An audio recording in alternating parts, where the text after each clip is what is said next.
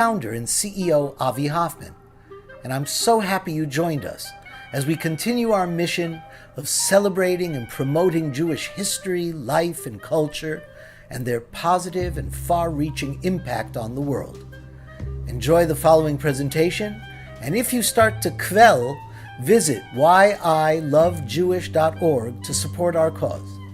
Thank you.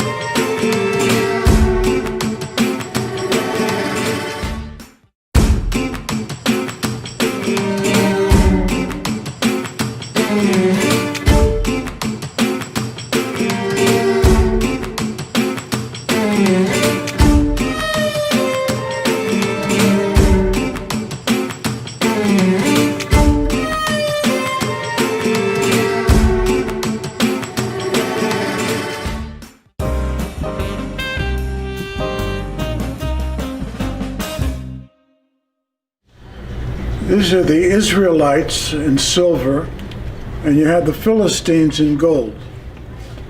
And people ask me, why did you make the Philistines in gold?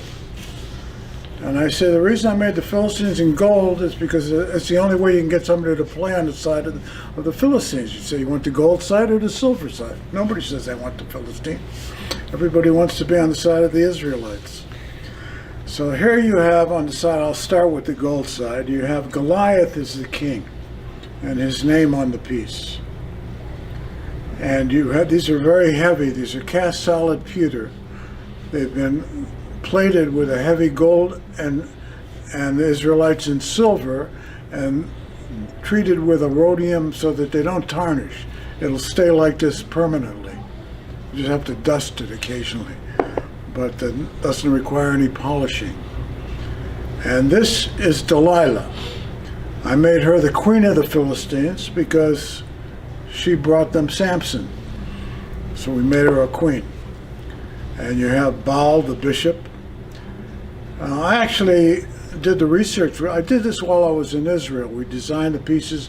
I had met a rabbi by the name of Jan Bresky from Sarasota, Florida.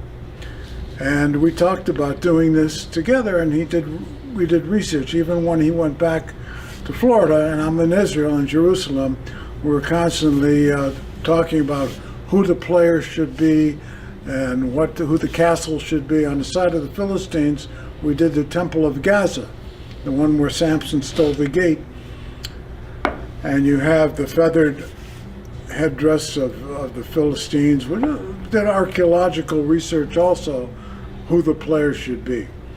But on the side of the Israelites, I think it's much more interesting because you have King David, his name, King David on his piece, and Bathsheba. You have Tzadok, who was a high priest of David's temple with his breastplate.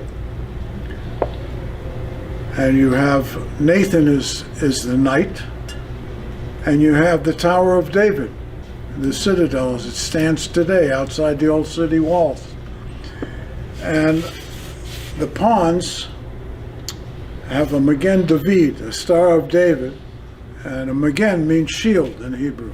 So you have the Star of David, a Magen David, on his shield.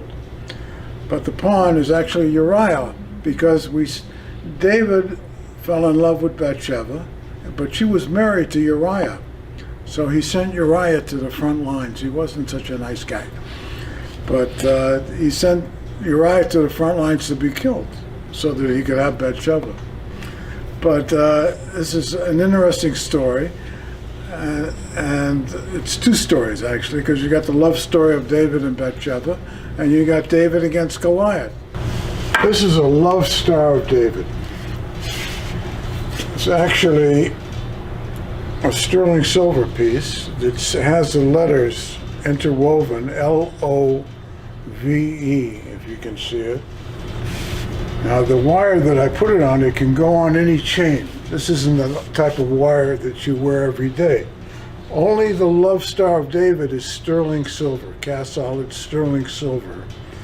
The wire is very flexible, and it can fit on any size neck, and it hooks in very simply. And I'm just giving this away with the piece. It's the Love Star of David that's very saleable because everybody loves Israel and loves Jewish. I've heard that expression before, love Jewish.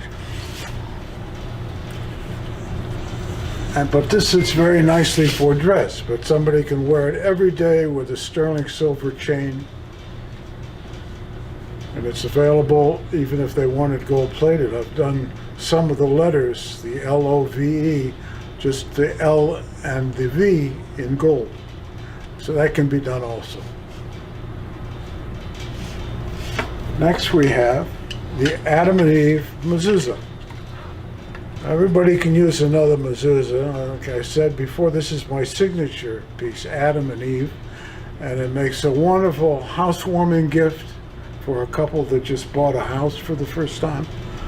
But it can be put on any door in your home. It can be, and these are cast solid pewter, and I've treated them with a rhodium. They can be put outside and they won't tarnish. You don't have to polish it like you do sterling.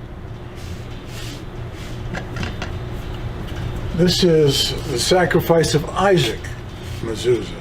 You have Abraham about to sacrifice his son Isaac on the altar, and the angel, this is my interpretation, actually Abraham saw the lamb or the ram caught by his horns in the thicket, but this is my interpretation. How did he get there? The angel of God, after Abraham proved his test of faith,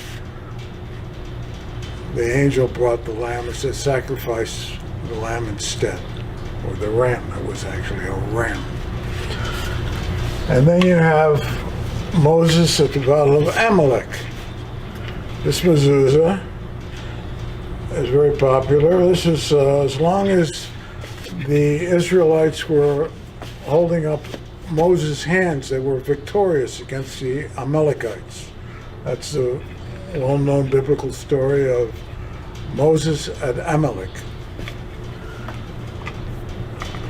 And here you have Masada, and the shin on every one of these mezuzahs has a shin. And this particular shin, I made a bird, the bird of flying over Masada, bird of peace. Masada is everybody who goes to Israel has to go to Masada. There's bar mitzvahs, there's bat mitzvahs, everything is on Masada. And it's like a museum. I was just there about a year ago, and they take such good care of it. And it's by the Dead Sea, with a view of the Dead Sea, but it's ancient history. The Roman fortress, the Jewish defending themselves against the Romans. It's a big history lesson. Everybody has to go to Masada. And everybody who's been there will want something like this on their wall to remember that history lesson. Okay, here we have the Moses on Mount Sinai receiving the law, holding the Ten Commandments. It's a sterling silver. This is different than the other mezuzahs. This should be kept indoors unless if you want it outdoors. If you have a private home in a guarded community, you might have it outdoors, but you'd have to polish it.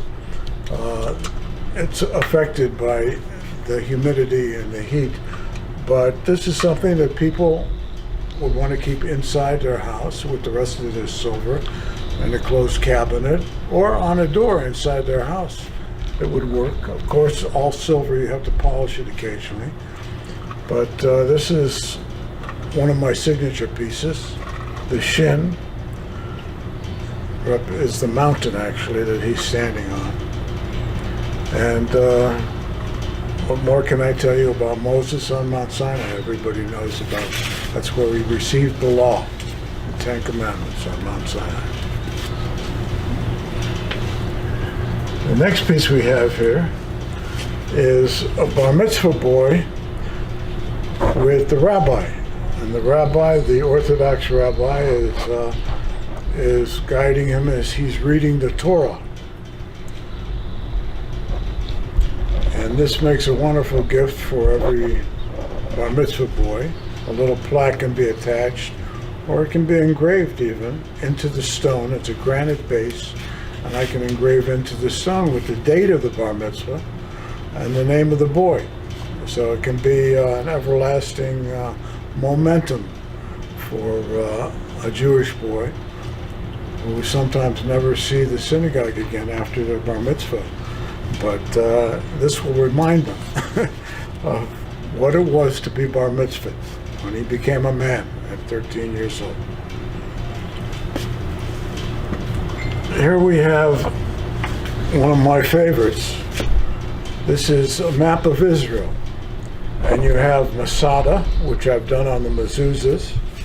You have Eilat, Jerusalem, the wall. You have Tel Aviv, right here. And you have Haifa up here. So you have the major cities of Israel and a map, the shape of Israel.